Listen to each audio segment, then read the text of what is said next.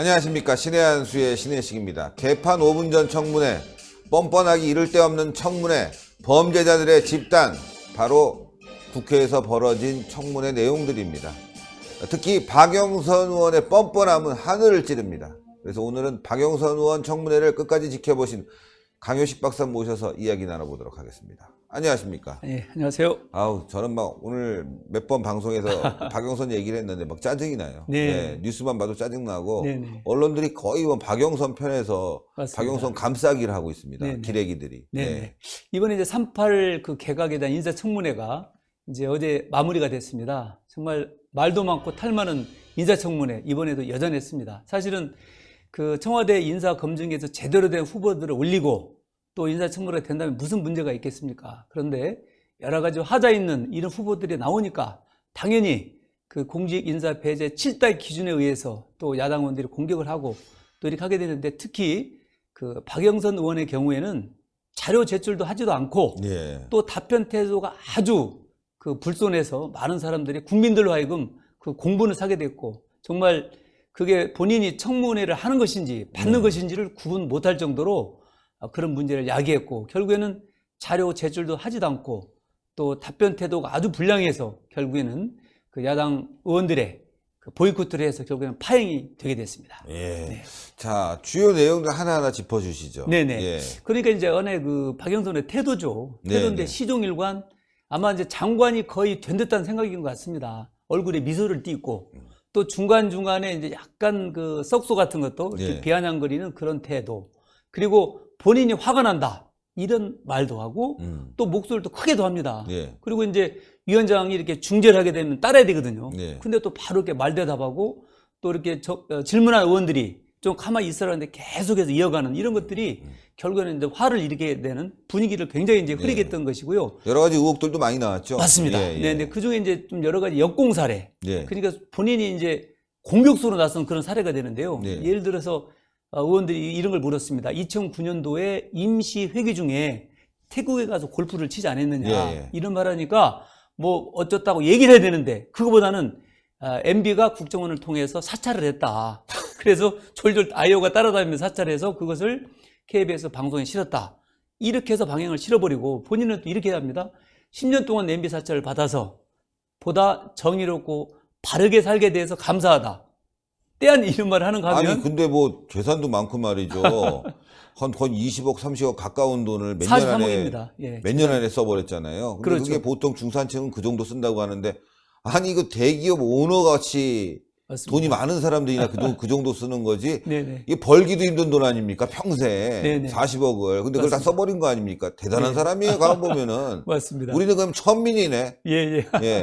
그래서 아까 이제 골프 말씀드리면 사실은 그때 민주당 의원들이 9명이 갔거든요. 뭐 노영민 비서실장, 뭐 우윤근 대사, 이강래 실장, 이런 사람 갔는데, 그러면 거기에 대해서 임시 국회의장 갔기 때문에 좀 죄송하다, 이렇게 하면 끝날 일입니다. 근데 MB 사찰 운운하고 또 뭐라 했냐면, 다음에는 이런 일이 있으면 안 됐다, 하나 그 교훈을 또 막 얘기를 하는 거예요. 지적질을 하는 것이죠. 그리고 이제 두 번째는 그 서울대 병원에 의료 진료한 걸 갖다가 우리 윤한홍 의원 이제 질문했습니다. 그러면 사실 여성에 관한 부분이기 때문에 이 자리에서 답변이 곤란하니 별도로 말씀드리겠습니다라고 하면 무슨 문제가 있겠습니까? 그런데 뭐 이것이 여성에 대한 모독이고 뭐 유방암을 걸리는 사람에 대한 모독이다 하면서 오히려 본인이 그런 걸 막 공분시키고 또 듣는 여성으로 하여금 동정심 유발할 수 있도록 그런 분위기를 유도를 합니다. 근데 그거는 그 질문 내용이 그게 아니라 특혜를 받은 것이 아니냐, 이런 거 아닙니까? 맞습니다. 그러니까 진료 과정에서 서울대병원에 아마 진료를 받기 위해서는 3개월 전에 예약을 한답니다. 근데 본인은 당일 가서 당일 진료하고 또 정상적인 의료 시설에서 진료를 받아야 되는데 별도 시설. 그러니까 황후 어떤 그 진료를 받아서 아마 이제 그것을 본 VVIP 대우를 받았죠. 그렇죠. 그래서 아마 제보를 한 것 같습니다. 제가 병원에 알아봤는데 그 진료 과정에서 특혜를 주게 되면 이것도 김영란법에 걸린다고 하더라고요. 그렇죠. 부정청탁이죠. 다 그것도 해당됩니다. 아까 이제 또 나올 것 같지만 그 주정차 입원 과태료 면제 있지 않습니까? 그것도 아마 16건 걸린 것 같은데. 그것도 다 면제됐습니까? 그러니까 39건 중에서 16건이 면제됐습니다. 그러니까. 사실 일반 서민들 장사하다가 앞에 길어 놓으면 한 번도 면제받은 적 없어요. 면제가 안 됩니다. 그러니까 이것도 보니까 특혜라고 보는 거죠. 그리고 그것도 이제 부정청탁에 한 김영란법에 해당이 될 수도 있습니다. 예. 근데 이것도 그냥 축제 기간에 차를 댔다 하는 식으로 이제 피해 가버렸죠. 그리고 다음에는 아까 이제 그 서울대 병원 진료 관련돼서는 그러면서 이제 박영선이 뭐라고 하냐면 윤한홍 의원님 만약에 전립선암이 걸렸다고 하면 어떻게 할 것입니까? 라서 떼안이 또 전립선이 나옵니다. 예. 네, 그래서 오히려 이렇게 문제를 증폭시켰던 정말 아주 그 해프닝이 좀 벌어졌고요. 그러니까 또 장석준 의원이 유방암은 남자도 걸린다. 여자에게만 해당되는 거 아니다. 네. 라고 해서 이제 좀 조용하게 넘어갔는데요. 네. 또 세 번째는 이제 스켈레톤. 예. 그때 이제 동계올림픽 할 때 피니시 라인에 패딩을 입고 나갔잖아요. 예. 그래서 이때 이제 성일종 의원이 그 패딩을 준 의원이 누구냐? 그러니까 뭐라고 하냐면 그 준 의원이 말을 하지 말라고 해서 말을 못하겠다. 말하세요. 말 못하겠습니다. 그 의원을 보호해야 됩니다. 말하세요. 그 의원을 보호해야 돼. 끝까지 말을 않는 겁니다. 하여튼 대단하네. 이 정권 사람들은 뻔뻔한 게 뭐 아이언맨이 따로 없어요. 아이언 거리네 아니야. 철판 깔고 다니네. 그러니까요. 사실 예, 뭐 철판을 그거 깔고 다녀. 빌려준 의원 예. 말하면 그게 이야, 무슨 문제가 되겠습니까? 진짜 열받습니다. 그런데 끝까지 밝히지 않은 것은 이제 제가 생각하기에는 그런 의원이 없기 때문에 네. 그런 말로 넘어가지 않느냐. 아마 이제 그거를 보시는 국민들은 그렇게 이제 짐작을 할 겁니다. 네. 그 다음에 이제 그 생각연구소라고 있습니다. 생각연구소. 예, 그러니까 박영선 의원의 이제 배우자가 예. 그 이제 설립자로 한 그 단체인데 이게 이제 기재부의 지정기부금 단체로 이제 등록을 합니다. 그 원래는 한 실적이 5년간 있어야 되는데 5년간 실적도 없는데도 불구하고 등록이 된 거예요. 예. 그럼 이제 등록하게 되면은 당연히 홈페이지에 게재돼야 되고 예. 그리고 기부금 실적을 공개를 해야 되는데 그걸 하지 않은 거예요. 이런 말을 김관영은 자꾸 얘기하는 중에도 딴 얘기하는 겁니다. 최순실 사건으로 이게 좀 어려워졌다. 등록하는 거지.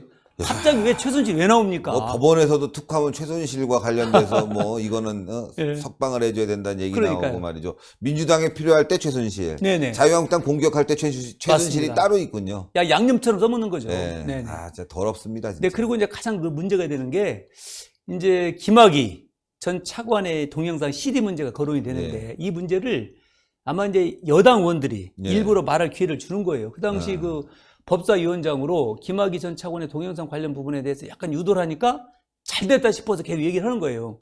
그러면서 2013년 3월 어느 날에 법사위원장으로 있을 때 황교안 법무부 장관이 법사위원장으로 와서 김학의 의원의 동영상 CD를 보여줬다.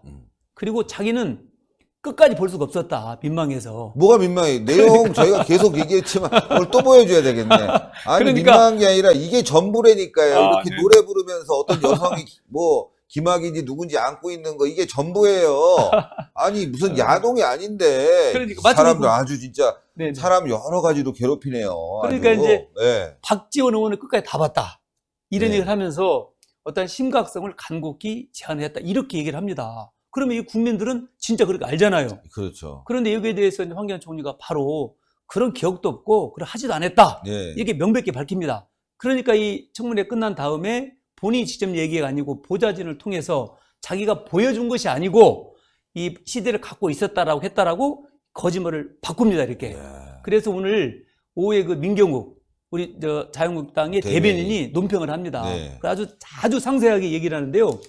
그러니까 2013년 3월 11일 날 그 황교안 법무부 장관 임명이 됩니다. 네네. 그리고 15일 날 김학의 차관 임명이 되고 네. 바로 21일 날 해임이 사퇴를 합니다. 네. 아주 짧은 기간이잖아요. 네. 그렇기 때문에 황교안 법무부 장관 당시 또 법사위원장하고 만날 시간이 시간적으로 물리도 없었다는 겁니다. 그리고 더욱 다 출입처 기록 보면 다 나올 텐데. 그럼요. 예. 그리고 더욱더 명백한 것은 2013년 6월 17일 날 그 법사위원회에서 그 말한 박영선 의원의 속기록이 있습니다. 예. 그대로 한번 읽어드리면 그동안 김학의 차관과 관련된 여러 가지 정황증과 관련된 이야기들이 있었음에도 불구하고 이 부분에 관해서 이야기하지 않았다고 밝힌 적이 있다는 겁니다.